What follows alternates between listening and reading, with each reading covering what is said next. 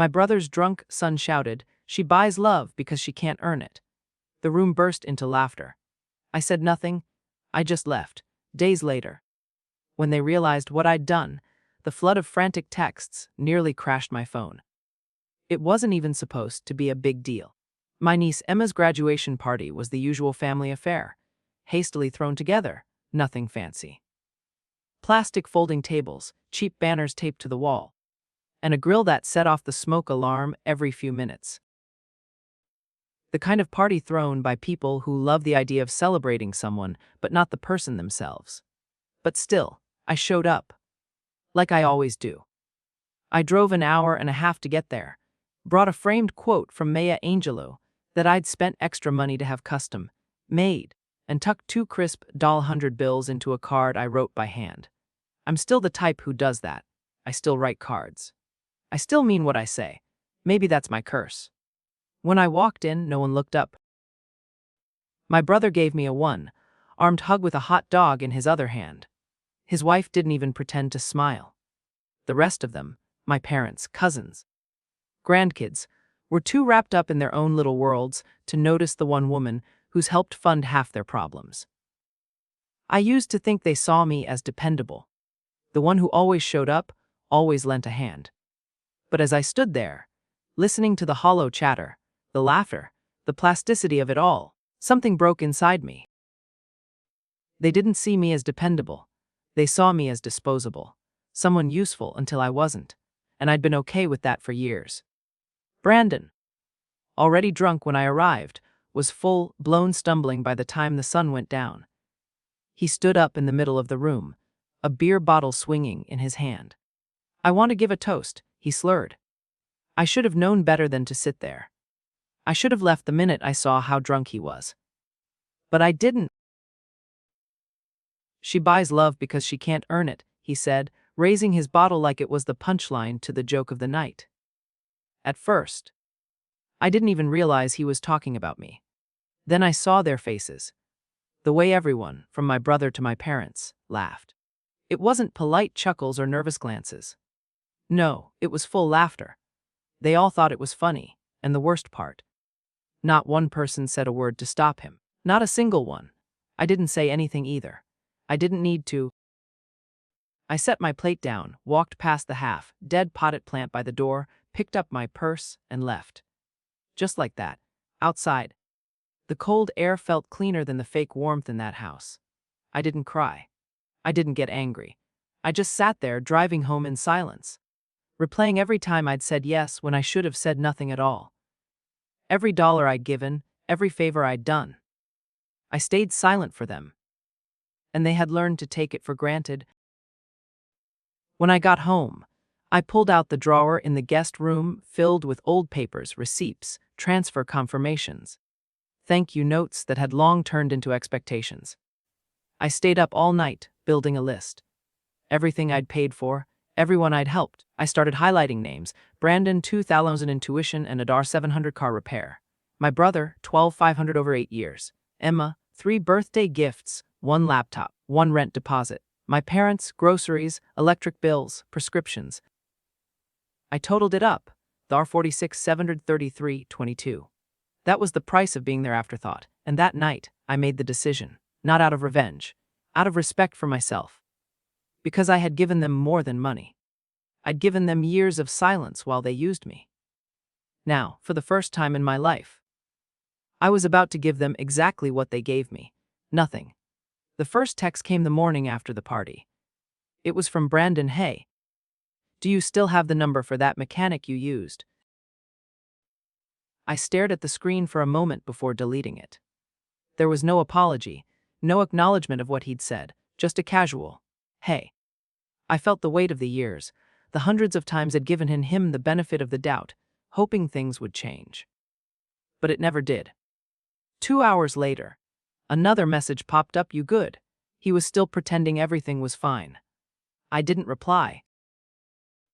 I hadn't seen it before, this disregard, this ability to pretend that everything was normal. Despite the fact that I'd just walked out of the room, with the sting of laughter still hanging in the air. It wasn't until 2 days later that a third message from him came through. Aunt Karen. It was simple, almost childlike. As though he wasn't sure whether I was going to respond this time. But I didn't reply. The silence between us began to stretch like an elastic band, tense, fragile. That evening, my brother called. I let it ring, not bothering to answer.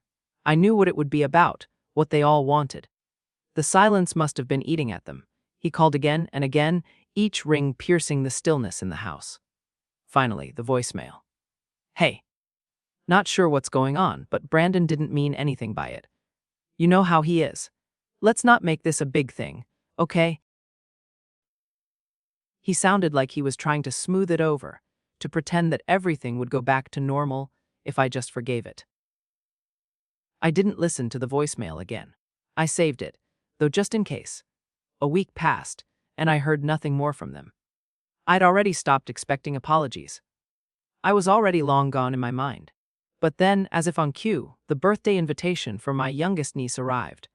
The same last-minute, Facebook-style printed card from Walgreens. I used to send a check, a gift, sometimes even helped pay for the party. But this time, I threw the invite straight into the trash. I didn't care anymore. A few days later, I got a text from my brother. Hey, kind of tight this month. Think you can help with the phone bill?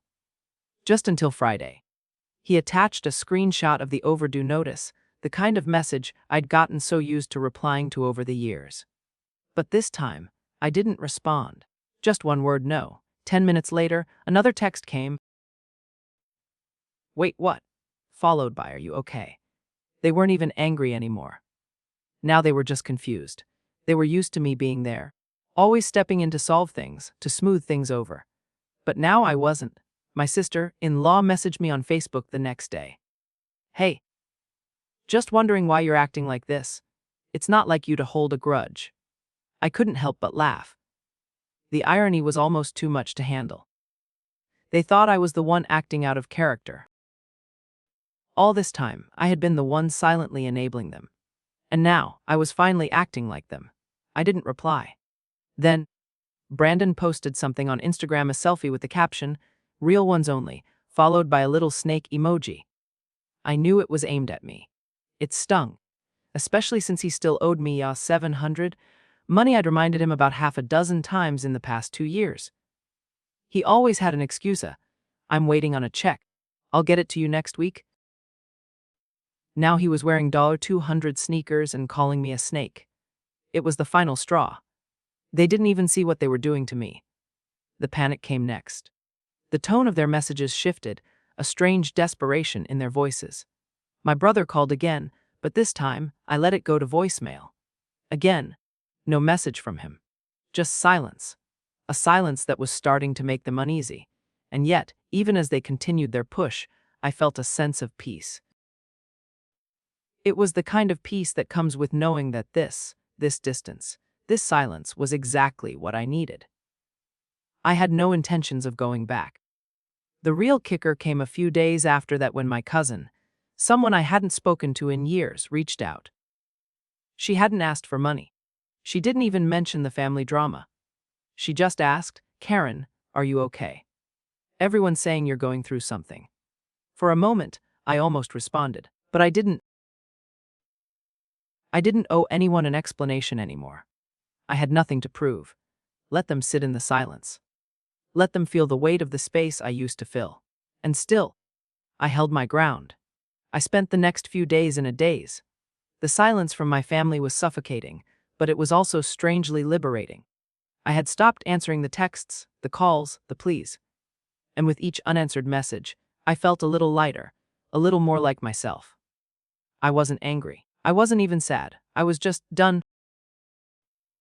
I sat in my living room one night, staring at the list I had made, the tally of everything I had given them over the years. The number on the paper felt like a slap in the face. $46,733.22. That was the price of being the one they always came to when they needed something. The price of being the one who always said yes without question. But in all those years, had they ever really seen me? Had they ever really appreciated what I did? I knew it wasn't just the money. It was the time, the energy, the emotional support that had been drained from me without a second thought. Every time I said yes to them, it was a little piece of myself I gave away. And for what? So they could laugh at me behind my back and take advantage of my generosity without even acknowledging it. No more. That night, I made a decision. Not out of anger, but out of self-respect. I would stop. I would stop being the one they could always count on. I would stop letting them use me. I sat down at my kitchen table and started writing the letter. No drama. No angry notes. Just the facts. I wasn't going to yell at them or tell them off. I was simply going to show them what they had taken from me. No embellishments. No guilt trips. Just cold, hard numbers. Brandon's tuition, my brother's rent, Emma's birthday gifts. Every single thing I had given them over the years. I even included interest. Not because I expected to get any of it back, but because I wanted them to see the true cost of their selfishness. I printed out the list, one copy for each of them, and sealed them in envelopes. No notes, no explanations, just the numbers. I couldn't help but feel a strange sense of calm as I placed the envelopes in the mailbox. This wasn't about revenge. It wasn't about making them feel guilty. It was about me finally standing up for myself. About putting an end to the endless cycle of giving without receiving anything in return. The next few days were a blur. I went about my life, feeling a weight lifting from my shoulders. I didn't hear from them at first, and I didn't care. But then, on the third day, it started. The texts, the calls, the messages. My phone buzzed nonstop. It was my brother, my parents' Brandon. They were all reaching out, but none of them knew what to say. They were confused, scrambling to figure out what had happened, why I was suddenly gone. And I wasn't giving them any answers. It wasn't until my brother's call came through that I finally picked up. I had been ignoring him for days, but I knew this would be different. "Karen, we need to talk," he said, his voice tight with frustration. "We're all worried about you. What's going on? This isn't like you." I didn't say anything for a long moment. I could feel the silence between us, heavy and thick. Finally, I spoke, my voice steady. "I'm not going to keep giving you all something for nothing anymore. I'm done." "Done?" He sounded bewildered. "What do you mean?" "Done. I mean, I'm not going to keep helping you all just so you can take me for granted. I'm not your safety net anymore." There was a long pause on the other end of the line. Then he said, "I don't understand. Why are you doing this?" I didn't have an answer for him. I had spent years asking myself the same question, and I had finally figured it out. "I'm doing this for me," I said, and then I hung up. The silence that followed was deafening, but it felt good. I didn't expect them to understand, and I certainly didn't expect any apologies. But I didn't need them anymore. I had already made up my mind, and as the days went by, the silence between us grew louder, deeper. They didn't know it yet, but they had just lost the one person who had always been there for them. And I was finally okay with that. The text kept coming. At first, it was small things, my brother asking about the mechanic, a few casual "you good?" from Brandon. But soon, the tone shifted. The messages became frantic, like they realized something was wrong, but couldn't put their finger on it. Brandon texted again, this time with more urgency. "Aunt Karen, are you all right? Everyone's worried. Call me." I didn't reply. His words felt so hollow now. It wasn't concern, it was a desperate attempt to reel me back in. And I wasn't going back. 2 days later, my brother called again, his voice strained and on edge. "Karen, what's going on? Are you okay? This is getting out of hand." I could hear the panic creeping into his voice. The realization that I wasn't there anymore was starting to set in. But it wasn't a concern for me. It was concern for how my absence was affecting them. I didn't pick up. I didn't need to hear it. It was the same thing over and over. They didn't care about me. They cared about the comfort I provided them. The money. The stability. The shoulder to cry on when things got tough. But they never once thought about what I needed. Later that day, I received another voicemail from my brother. This one was different. His voice was more measured, trying to be calm, trying to make sense of everything. Look, I don't know what's going on, but we all feel like something's wrong. We miss you. Please, just let us know if you're okay. I let it ring out. I didn't even bother to listen to the rest. Each message, each call, was just more proof that I was the only one who'd ever truly cared about anyone. And now that I had finally drawn the line, they were scrambling to understand why. I didn't respond. I couldn't bring myself to. If they didn't get it by now, they never would. A few days later, I received a birthday invitation for my youngest niece, the same impersonal, last-minute card printed off of Facebook, like a generic invitation to something insignificant. Normally, I'd have sent a check, a thoughtful gift, maybe even paid for the party. But this time, I threw it straight into the trash. It was the first time I had thrown away something that wasn't just a physical object. I was throwing away the last bit of my false hope, the idea that if I kept giving, they'd eventually realize how much I loved them. They didn't deserve my time anymore. The day after that, I received another text from my brother. It was brief, but unmistakably desperate. Hey, kind of tight this month. Can you help with the phone bill? Just until Friday. He attached a screenshot of the overdue bill. They always had an excuse, didn't they? Always a reason why they couldn't get their shit together. I didn't even hesitate. I texted back one word, no. 10 minutes later, the text started coming. Wait, what? He said. Are you okay? Again. The panic was seeping through the screen. The Karen, please come back that they didn't realize they'd been saying for years. I didn't respond. I didn't need to. Brandon tried next. Yo, Aunt Karen. You mad at me or something? Of course he didn't get it. Of course he thought it was about him. But it wasn't just about him. It was about all of them. The realization that they were no longer going to have easy access to me, to my support. It was that realization that they had failed to see me as anything other than a tool, a resource to be used, that finally hit them. I stayed silent. Then my sister-in-law messaged me on Facebook. What's going on, Karen? This isn't like you. Why are you acting like this? You know we care about you. The tone of her message stung, but it wasn't surprising. She was just as lost in the same cycle of entitlement as the rest of them. They all thought I was the problem. They thought she was the one acting out of line. It was almost laughable. I didn't reply. The next day, my brother called again. I let it ring out. And the next time, too. And the next, they still didn't get it. They still didn't understand the silence. But it didn't matter. I was done explaining myself. I didn't owe them an explanation anymore.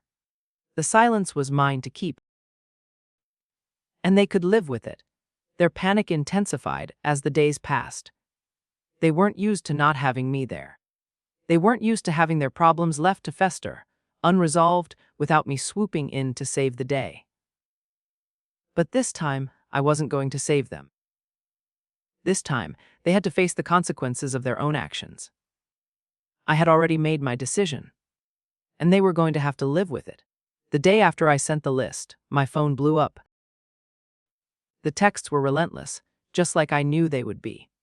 Brandon messaged first, Aunt Karen, what is this? Why are you doing this to us? The message had a mix of confusion and hurt, like I'd betrayed him, like he didn't understand why I was treating him differently. I didn't reply. My brother called next. I could hear the panic in his voice. Karen, please, what's going on? We don't understand. Why are you sending this? Why now? He sounded like he was struggling to keep it together. I let it ring out. Then came my mom's voicemail. Karen, I don't understand this. I didn't ask for all this help. I didn't realize we were asking so much of you. Her voice wavered between guilt and defensiveness. I could hear her trying to play it off, pretending she wasn't bothered, but I knew the truth. She knew what I had done. She knew I had finally drawn the line. I didn't listen to any of them. I already knew what they were going to say. They were trying to smooth it over, make it seem like they were the victims in all this. But they weren't. They never were. The hardest one came from my dad. He didn't leave a voicemail, but I saw his number come up on my screen. I let it ring, and I felt the familiar ache in my chest that I'd spent years ignoring. The guilt of knowing that, despite everything, he was still my father. But I didn't answer, not this time. This time, I chose me. A few hours later, the letter came in the mail. 3 pages handwritten from my dad. His handwriting was sloppy, almost frantic. It rambled from guilt to denial, trying to explain his side. Trying to get me to understand how hard things had been for them. He talked about how they never meant to take advantage of me. How they never asked me for all the help. But it wasn't that simple, was it? I sat there, reading his letter, and I felt nothing. No anger, no sadness. Just an overwhelming sense of peace. I had stopped needing their validation. I had stopped needing them to see me as the one who would always fix things. The last line of his letter stuck with me. Please don't cut us off, Karen. We don't want to lose you. But I knew in that moment that I had already made my choice. I wasn't going to keep sacrificing myself for a family that couldn't see me. I wasn't going to keep giving them the space to take from me and never give back. That night, I sent the letter back. Not with any explanation, not with any apologies, just the list. I wanted them to see what they'd done, not just to me, but to themselves. I was done being the scapegoat, the one they could always lean on when things got tough, and disappear from when things were fine. I woke up the next morning to more messages. More calls. My brother's voice on voicemail, my parents' frantic texts, Brandon's desperate pleadings. Please talk to us, Karen. We can fix this. But I didn't respond. I didn't need to explain myself to them anymore. As the days went by, the weight of their expectations started to lift. It was a strange feeling, knowing I wasn't answering them. For the first time in a long time. I felt like I was in control of my life, and I wasn't just a pawn in their chaotic mess. It wasn't about revenge. It wasn't about getting back at them. It was about making them face the truth. Making them see how much I had given and how little they'd ever given me in return. And maybe, just maybe, they would learn something from it. But I wasn't going to wait around to see if they did. I had already started building something new. Something better.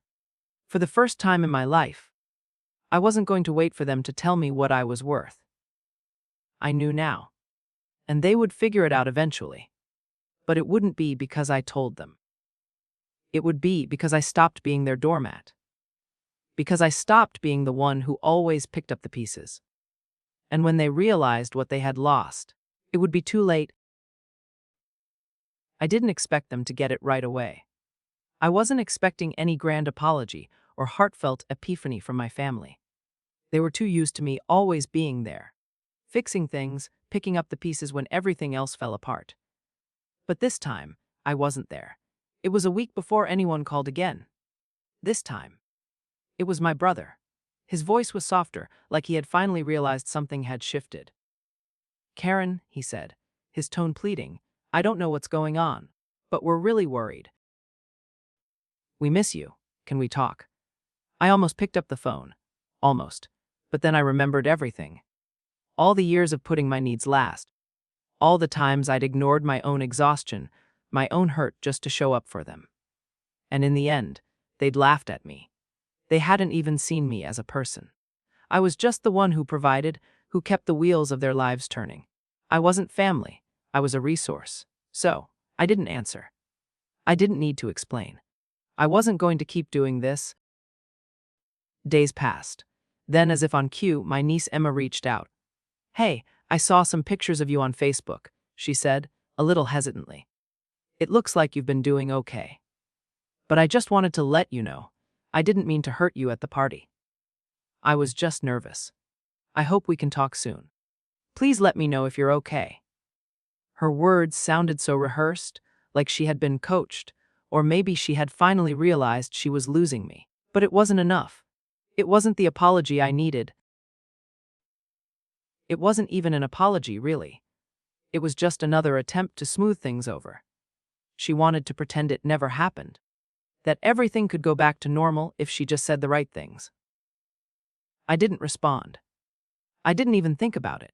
I had learned that silence was louder than words. So, I kept my silence. By now, I was already moving forward. I wasn't sitting around waiting for them to fix things. I wasn't waiting for them to see me. I was making decisions for myself. I had started the adoption process. It wasn't something I had planned on doing. I didn't wake up one morning and think, I'm going to adopt. It wasn't that simple. But after everything with my family, after realizing how much I'd given to them without getting anything back, I started to wonder if there was something more for me. Something that didn't involve being the person everyone took from. I called an adoption agency. I didn't want a baby. I wasn't looking to start over with a newborn.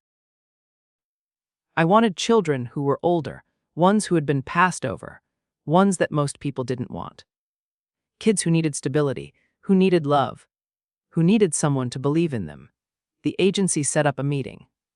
I wasn't expecting anything life-changing, but when I met David and Ella, I knew. They were siblings, both of them with stories of hardship. David, a 10-year-old who had lived through more than any kid should, and Ella, an 8-year-old who had been through her own set of struggles. Their case files read like a crime novel, except none of it was fiction. When I sat down with them, I didn't know what to expect. But when I looked into their eyes, I felt something shift. It wasn't an instant, magical connection like I had seen in movies. It was quieter than that. It was a feeling, deep in my gut, that this was the right thing. That these two kids, who had already been through so much, were going to be my family. The first time David smiled at me, a small, shy smile I knew. It wasn't a miracle, it wasn't magic. It was real. And it was something I could build on. We met a few more times, always supervised, always cautious. But each meeting, I saw a little more of them. David asked if he could explore the garage one day, and Illa followed me into the kitchen to help me peel potatoes like she had done it her whole life. It was simple, domestic, but it felt right. Then came the weekend visit. It was quick, too quick maybe, but I agreed to take them for the weekend. And that weekend, everything changed. David had disappeared into the garage for hours. I heard tools clinking, noises I didn't understand. Illa stayed close, talking to me about everything and nothing, as we prepared dinner. When I walked into the living room that afternoon, I saw David sitting on the couch, holding something in his hand. It was a photo. My husband. The picture wasn't something I had left out in the open. It was tucked away, hidden in a drawer in my desk. How did you get that? I asked, my voice barely above a whisper. He just shrugged. I picked the lock with a bobby pin, found it in the garage. For a moment, I didn't know whether to be impressed or disturbed. But then he said something that stopped me cold. He looks kind. I think he would have liked us. And that was it. That was the moment I knew. This was real. This was the family I was meant to build. Not the one that laughed at me in a room full of people. Not the one that used me. This was something entirely different. That afternoon, I called Melanie, the adoption coordinator. I told her I was ready to start the paperwork. The next few months were a whirlwind of meetings, paperwork, and legal hurdles, but I didn't care. I wasn't doing this for them. I was doing this for me. For David, for Ella, for a new life. And when the adoption was finally finalized, there was no huge ceremony, no fanfare. Just a quiet afternoon, a judge who had seen thousands of cases like mine, and a family photo taken by a tired photographer. For the first time in my life, I wasn't just a visitor in someone else's life. I had my own. And it felt right. It felt real. The silence from my family didn't stop. They didn't stop calling. They didn't stop sending texts. But I didn't care. I had found something better than their empty apologies and desperate pleas. I had found my family. The silence from my family didn't last long. After the adoption, after I'd started to build a life with David and Illa, it was like they all suddenly realized they had no hold over me anymore. They had relied on me for so long, taking me for granted without ever truly seeing me. But once I stopped answering their calls, stopped being their go-to, everything began to crumble for them. I didn't hear from them directly for a while, but the ripples of my absence were felt. It started with my brother. His calls had become frantic, almost pleading. But still, I didn't pick up. I wasn't doing this for him. I wasn't going to let his guilt or his frustration pull me back into their web. Then, one day, I got a text from him. A group message. My parents were included too. "Can we talk? We all feel like something's wrong and it's hurting the family. We miss you. We need you. Please, can we talk?" I didn't reply. I let that message sit in my inbox for hours, watching the notifications go up, one after another. It was strange. This was the family that had never made me feel like I was part of their lives unless they needed something. And now, when I had finally drawn the line, when I'd chosen to put myself first, they were the ones who were desperate for me to come back. But I couldn't. I wouldn't. They were showing me who they really were now. They didn't miss me. They missed what I could give them. They missed the stability, the financial help, the emotional labor that I had so freely given. They didn't understand what it meant to miss someone for who they were, not for what they could provide. Days passed, and the calls kept coming. At first, it was my brother. Then my mother called, but I let it ring out. After that, my father's name appeared on my phone. I let that one ring out too. They were all scrambling now, like a family that had lost its foundation. But I was done being their safety net. The real storm hit when I heard about Brandon. Apparently, he had gotten in trouble. Big trouble. Fraud. He had been borrowing money under his wife's name, opening lines of credit in their son's name, and somehow the bank had caught him. He was arrested, and my brother was scrambling to pick up the pieces. I didn't feel anything at first. No anger. No satisfaction. Just silence. A week later, my parents' house went into pre-foreclosure. They hadn't told anyone they were 3 months behind on payments, hadn't mentioned that the utilities had already been shut off once. I didn't know how long they had been struggling, but I knew now. Monica, my cousin, called me about it. She didn't ask for money. She just said that my parents were staying in a motel. A crappy one. The kind that rents rooms by the week. She asked if I could help them. Just this once. I asked her the one thing that mattered: have they apologized? I didn't even wait for her response. I didn't need to hear it. I asked her one more thing: do you think they even see me? She didn't answer. She didn't need to. She knew the answer too. I didn't send money. I didn't send any help. I let them figure it out themselves. The calls started to shift. My brother tried guilt. Mom's not eating. Dad's saying he can't sleep because you're not talking to us. This is really messing with the family. I didn't respond. I couldn't even bring myself to care. I had stopped caring a long time ago. Then came Emma. She sent me a message on Facebook, apologizing for everything. "I didn't mean to hurt you," she said. "I was just a kid." I didn't know what to say. I didn't mean to laugh. It was the same old excuse. She wasn't apologizing for what she had done. She was apologizing because she realized she had lost the source of her security. She was apologizing because I wasn't there to make things right anymore. I didn't reply. The worst part was that I could feel them shifting in the background.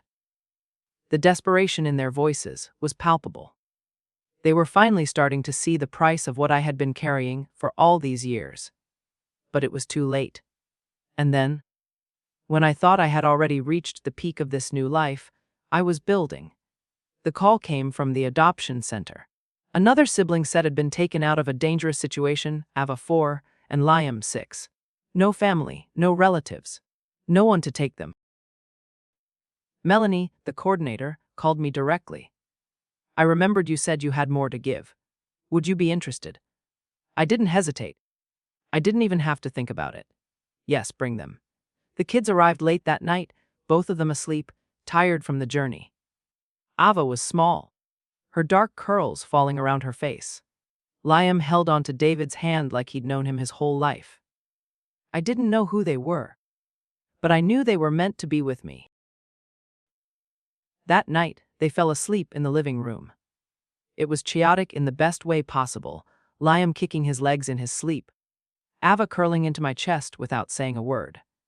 Milo, the dog, curled up next to them like he had been with us forever. I turned off the TV, pulled the blanket over all of them, and just sat there for a long while. I didn't tell them to move. I didn't tell them to do anything. I just let them be. For the first time in years, I felt like I was home. This was mine. This was the family I was meant to build. A family that wasn't built on empty promises or expectations, but on love. The messages kept coming, but I didn't respond. I didn't need to.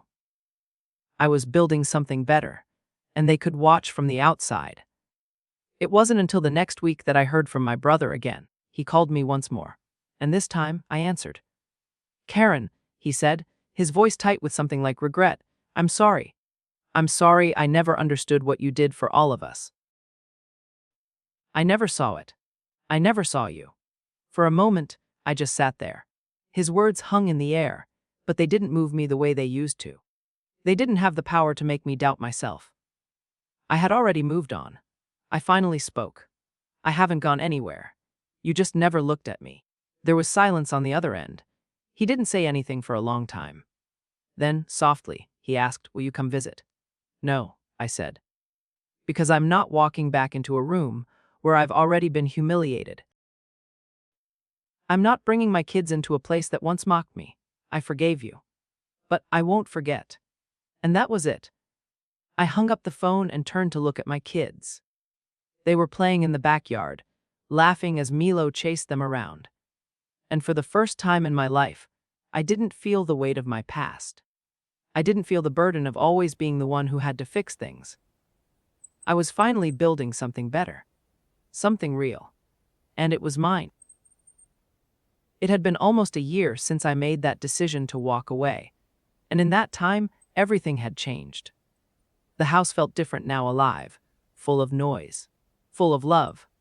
David and Illa had settled into school, making friends, adjusting to a life that was so different from what they had known.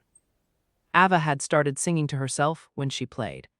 A small but beautiful sign of the healing she was beginning to go through. Liam had stopped flinching when someone raised their voice. The changes were subtle, but they were there, and I could see them every day. Milo, the dog, had figured out how to open the cabinet where the treats were kept, which drove me a little crazy. But I let him win most days. He followed Ella everywhere like a shadow. It was like they had always been part of the family, like they had always been with me. Saturday mornings were filled with pancakes and chaos. David and Illa fighting over who got the biggest portion, Ava demanding extra syrup, Liam trying to sneak his plate into the living room so he could eat in front of the TV. It was a simple life, but it was ours. And for the first time in my life, I didn't feel like an outsider. I wasn't trying to fill a role that wasn't meant for me.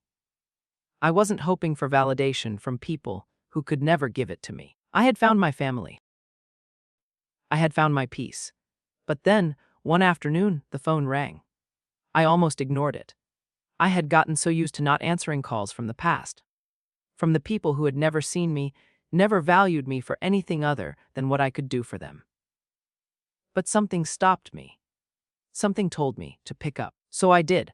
It was my brother. His voice was different this time. Not frantic, not desperate. Just tired. "Karen," he said, like he was still trying to find the right words. "I'm not calling to ask for anything. I don't have anything left to ask for. I just want to say I'm sorry. I'm sorry I never understood what you did for all of us until it was too late." I didn't say anything at first. I let his words hang there. Let them settle into the space between us. For the first time in my life, I wasn't trying to fix things, trying to make everything right. I wasn't the one who needed to make him feel better. I had already made my peace. He kept talking, his words tumbling out. "Mom cried when the house was taken.